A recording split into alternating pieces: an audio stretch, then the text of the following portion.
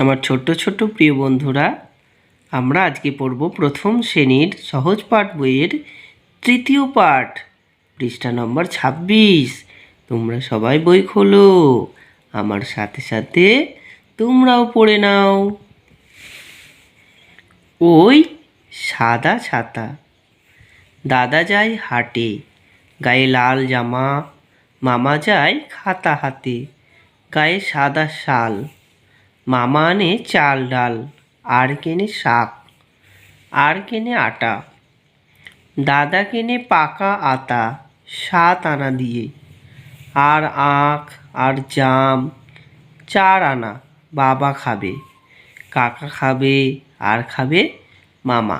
তারপরে কাজ আছে, বাবা কাজে যাবে। দাদা হাটে যায় টাকা হাতে, ৪ টাকা।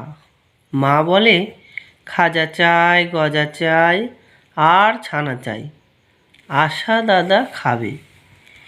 আশা দাদা আজ ঢাকা থেকে এলো, তার বাসা গড়পাড়ে।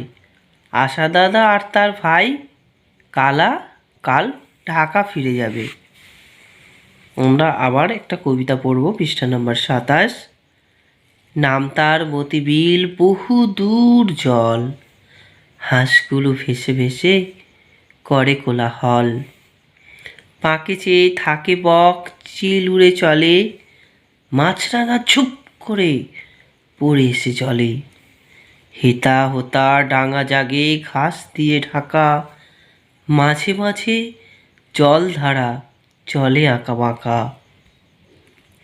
কোথাও বা ধান ক্ষেত জলে আধো ডোবা, তারই পরে রোদ পড়ে কিবা তার শোভা। ডিঙি চড়ে আসে চাষি, কেটে লয় ধান, বেলা গেলে গায়ে ফেরে কে সারি গান। মোষ নিয়ে পার হয় রাখালের ছেলে, বাঁশে বাঁধা জাল নিয়ে মাছ ধরে জেলে।